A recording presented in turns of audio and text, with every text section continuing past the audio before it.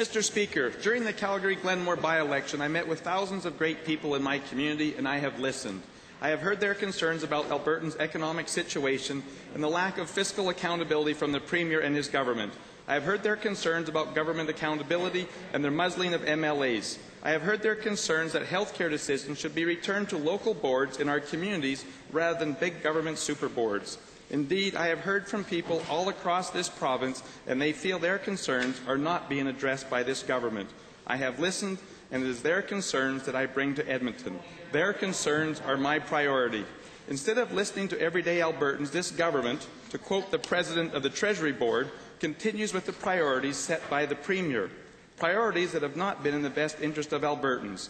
Bill 50, the Electric Statute Amendment Act, is but one example. Most recently, the government's mishandling of H1N1 vaccine program has become a personal crisis for those at highest risk.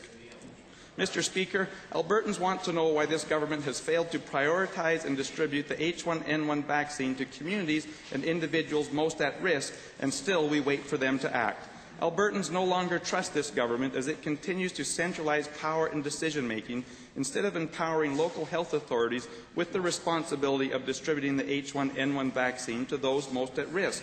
This government has impeded an efficient and effective local vaccination plan, and the H1N1 vaccine program is only the most recent example of this government's failure to properly prioritize. Mr. Speaker, Albertans want to know when their priorities will become the priority of the Premier.